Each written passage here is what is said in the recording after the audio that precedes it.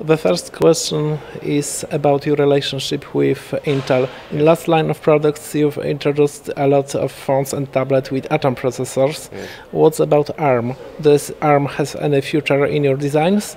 Okay. The relationship with Intel has been long-lasting from the age of motherboard.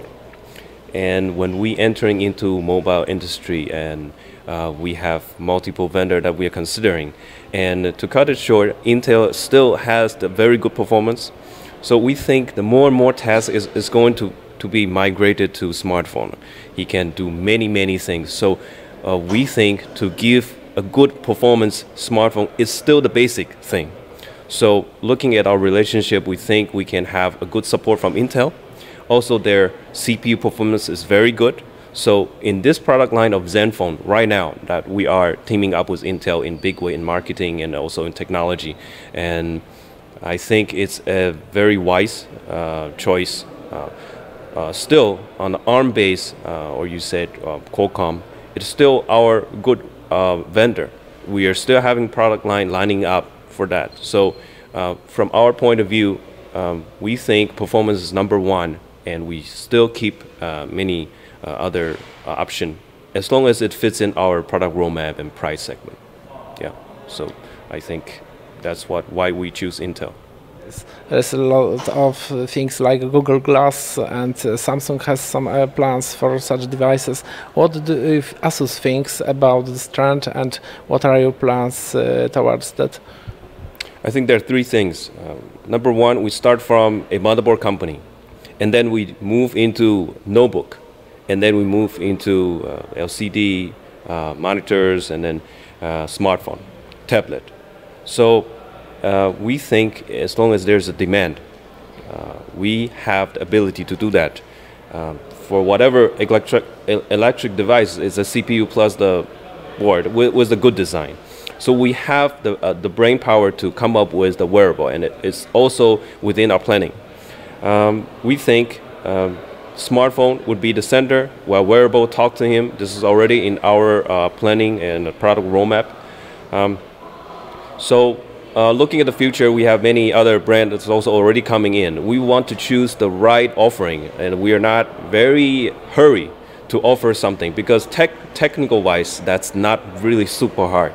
But to offer a reasonable price, ID, also a story that is making sense. How does it talk to other devices? We have notebook, so it can talk to notebook.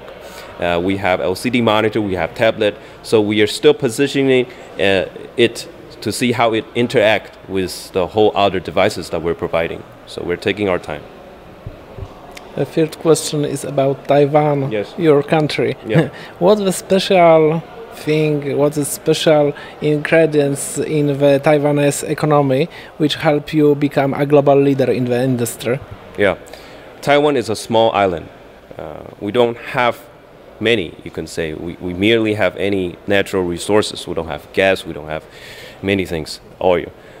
So it started 300 years ago when people from different land, from Spain also, whole land also, we have people from mainland China that move into this land.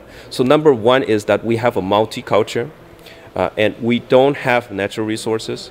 So we need to come up with something to produce and to design and to send it to some other countries. For instance, when first we open up to the world, the first thing that we sell to the world is the oolong tea. And we put some oolong tea from mainland China. We plant it here and make it become super quality and put in the ship, send it to New York. It's called Formosa oolong tea. That's where our modern economy start. So after that, then we have electric age coming in. So we start building this motherboard together with Intel help. So we sell motherboard, Asus, to the world to help people build up their PC. So Taiwan, you can say, because we don't have anything, so we need to come up with something. That's number one. You don't have anything, and you have multicultural people coming in. Now, the third part I think is very important is that we have a democracy, which people allowed to express themselves. And any people who try to suppress the opinion would get, you will get strong criticism from people. So we allow people to think and to talk freely. So you might look at it sometimes it's not so regulated, might look chaos, but it's the origin of our creativities. So I think the combination of the three things, no resources, multicultural, and democracy, makes us be able to sustain in this